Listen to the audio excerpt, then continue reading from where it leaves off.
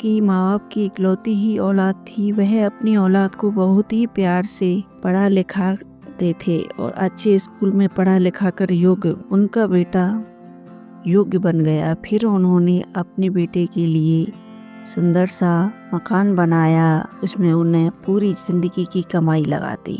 लड़का शादी के योग्य हो गया, तब उन्होंने अपने बेटे के लिए बहू ढूंढना शुरू कर दिया। तो उनने एक सुंदर बीवी उसके लिए ढूंढी, उसकी शादी हो गई।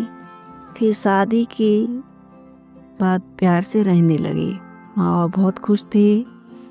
एक दिन 3-4 महीने शादी को हुए थे, तभी उसकी बीवी अपने पति से कहती है, तुम्हारे माँ बाप पूरे दिन हमारे आसपास मंडराते रहते हैं, तुम्हारी माँ बिल्कुल नहीं चाहती कि हम दोनों साथ साथ रहें। जब हम पास होते हैं, जब ये आके हमारे पास बैठ जाती है, हमें ये चीज़ बिल्कुल अच्छी नहीं लगती। हम तुम्हारे साथ रहना चाहते हैं, लेकिन ये हमें साथ रहने और पसंद ही नहीं करती हैं, हम क्या करें। बेटा बोला, कोई बात नहीं है, बूढ़ी बड़ी हैं, धीरे धीरे समझ आ जाएगा। फिर बीवी चुप हो गई। फिर धीरे धीरे समय व्यतीत होने लगा। फिर कुछ दिन बाद बोली, तुम्हारी माँ ने हमारा दिमाग खराब करके रख लिया है, कुछ करती धरती तो है नहीं है, वो पूरे दिन ऑर्डर छांटती रहती हैं। गरम रोटी चाहिए, गरम सब्जी चाहिए, गरम चाय चाहिए, धुले प्रेस हुए कपड़े चाहिए।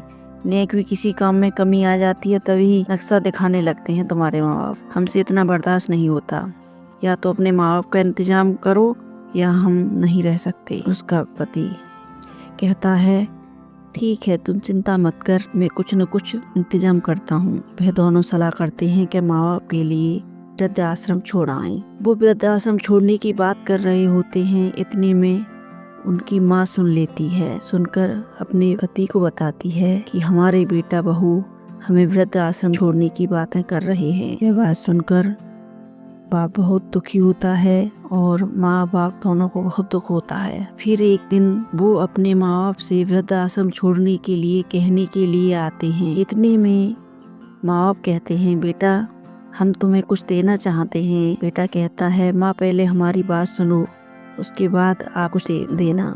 कि नहीं बेटा, पहले हमारी तरफ से एक गिफ्ट है। उसका बाप अपनी जेब में से विदेश जाने की टिकट निकाल के देता है और कहता है, बेटा आप विदेश घूमने जाओ, आप शादी के बाद कहीं घूमने नहीं गए हो। वो बेटा खुश हो जाते हैं और अपनी बात को फिर पूरी नहीं करते और वह विदेश जाने की तैयारी करते हैं और दोनों विदेश चले जाते हैं।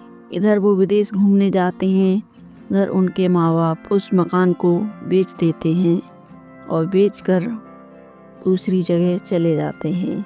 जब उनके बहू बेटा विदेश घूमकर आते हैं तो अपने मकान पर आते हैं तो ताला लगा होता है, तो गेट बजाते हैं तो एक अंदर से लेडीज आती है और बोलती है, आप कौन? क्या ये हमारा मकान है? अपने बाहर से ताला लग रहा है। अरे कि मेरे पति बाहर गए हुए हैं इसलिए ताला लगा गए हैं, मैं अंदर ही थी। कि आपके पति? कि हाँ, ये हमारा ही मकान है। कि इसमें तो हमारे माँ बाप रहते थे, हम रहते थे। कि नहीं, वो अच्छा, आप उनके बेटे हो तो उन्होंने अपना ये मकान हमें बेच दिया है। आप चाहो तो हम उनसे बात करा दें, उनका नंबर दे दें आपको। वह कहने लगे, नहीं, नंबर हम पे है उनका, हमें आपसे नंबर की कोई उम्मीद नहीं है। यह कहकर वहाँ से हट जाते हैं।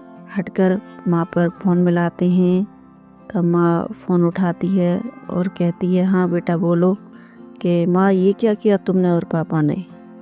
उन्होंने कि हमने क्या गलत किया, जो सही था वही किया। कि इस समय माँ आप कहाँ हो? कि आप वहीं खड़े रहो, हम जहाँ हैं वहाँ ठीक हैं और हम आपको वहीं पर मिलने आते हैं। माँ बाप वहीं पर आते हैं, आकर कहते हैं, हाँ बेटा बोलो। कि माँ तुमने मकान बेच दिया?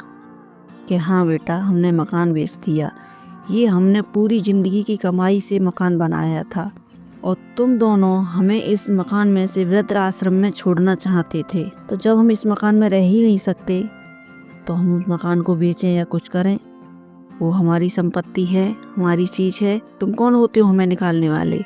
यह कहकर माँ ने उन्हें डांट दिया। ऐसा है तुम कहीं रहो, तुम्हारी कमाई से हमें कोई मतलब नहीं है। अपनी बीवी को लेकर कहीं भी जाओ, कहीं रहो। हमने मकान बेच दिया है, हमने मकान बेचकर अपनी व्यवस्था कर ली है और हमने मकान बेचकर सब कुछ दान वृद्धाश्रम में दे दिया है और दान देकर हम वृद्धाश्रम में ही रहने जा रहे हैं। अब हमें तुम्हारी कोई ज़रूरत नहीं है। यह कहकर माँ बाप चले जाते हैं। बहू बेटा फिर वहीं खड़े रहते हैं। फिर बाद में बहू बेटा को बहुत पछतावा होता है कि ये हमने क्या किया, इतनी बड़ी गलती की। आज हमारे पास कुछ भी नहीं है, ना माँ बाप हैं और ना हमारे पास संपत्ति है। अब हम रोड पर हैं। आपको हमारी कहानी पसंद आई हो तो आप हमारे चैनल को लाइक सब्सक्राइब करें।